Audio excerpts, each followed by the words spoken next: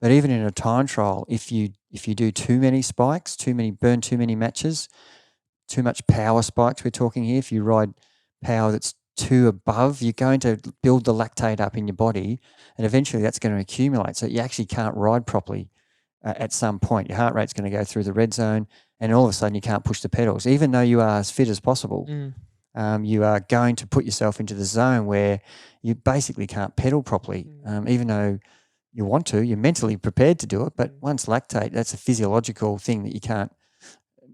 Mentally you can't perform. You can still finish, but you can't perform it to where you want to perform. So the advice was, this is over one lap of the course is we had 4 or 5 vital sections where in time trialing, the biggest gains are in the hardest sections. The smallest gains are in the easier sections. So the question is to each athlete, tell me what the hardest sections are. Well, that's obvious. Up the hill. Okay. So we need to get the most value up of this hill because we're going to do it 3 times on this particular course. So if you can gain 5 or 6 seconds on your opponent on that hill, doing it 3 times, that's 15 or 18 seconds. And most of the races were won by less than 10 seconds or 30 seconds. They're the time gaps. And if you multiply everything by 3 laps, 2 or 3 seconds on this corner, 2 seconds on that corner, there's I think 15 corners. Well, there's 30 seconds in cornering, and so by knowing the course. Understanding the course requirements can give you an advantage without being a better athlete, without adding any extra power, just by being technically clever. Getting aero on the downhill when you're doing 60 k's an hour, when the guy beside you might be doing 59.5, pedaling really hard. Well, just recover there. Get your heart rate down. They're the things you should be thinking about. Get aero, get tucked, corner properly at 65, 70 k's an hour. Lean the bike over. They're the things you've got to think about rather than the power. Yeah. And don't worry about your average power for this ride. Yeah. It's the power for those sections that's important. So in the downhill section, which was 2.5 minutes, I think the average speed was 57 k's an hour. Yeah. Well, most of the riders were within 5 seconds of each other. Yeah. But still 3 laps of that's still 15 seconds. Yeah. But it's not as much as a gain as if you actually beat someone by 10 or 12 seconds on the hill, which could end up being 34 seconds. So really the advice in the course was to ride it like an interval training session. And you just got to think I've got to really be at my limit on the hills, the two hills on that one lap, and maximize my gains there because I know that I'm going to get a recovery. So think of it, ride hard, recover like an interval session, over, under, over, under. Mm-hmm. So once we drill that into everybody, that was their race strategy.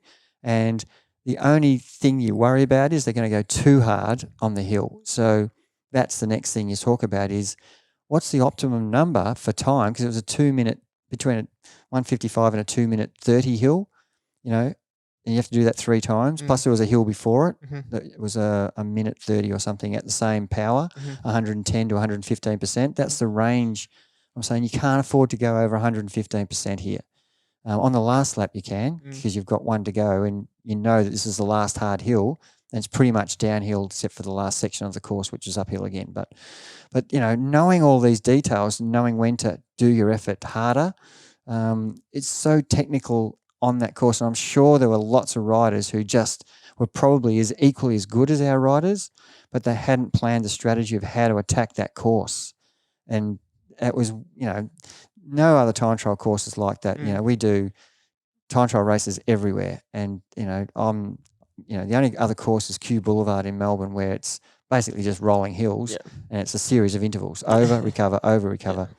And so they're the sort of things that was a huge advantage for our guys to have a race plan that, because I'd trialled it 3 different times, I'd done it as a steady state, pressure on the pedals, and I was literally miles slower doing it that way than doing it the way that, the interval style, which is not the way to time trial. Yeah, and that's why it's an art, isn't it? Because just all these things add up and there's so much to think about in terms of your execution. And when you combine what we've said about preparation into the execution of the race plan, you can see how, and we have plenty of examples of this with TriVelo athletes, where especially in a triathlon time trial, where the event is 40K or 90K for an Olympic or 70.3, and we have riders who are finishing 3 or 4 minutes slower than other TriVelo athletes, but they're much better athletes than them, but they're not getting the art of time trialing right, and Yes. the worst athlete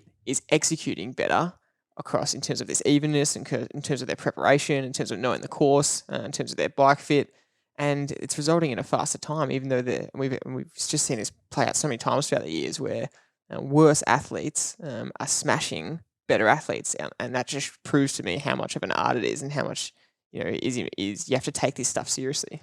It's such a great point, because if you lined up two athletes, A and B, one is really talented, one has got really good preparation, and the talented person cares nothing about the preparation, the secondary physically better athlete performs better.